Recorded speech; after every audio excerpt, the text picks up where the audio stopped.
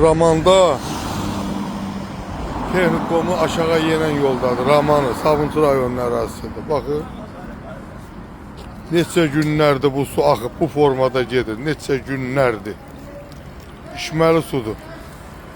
İçməli sudur. O görə bunun mənbəyi hardan gəlir? Gedirəm onun dalınca. Bax.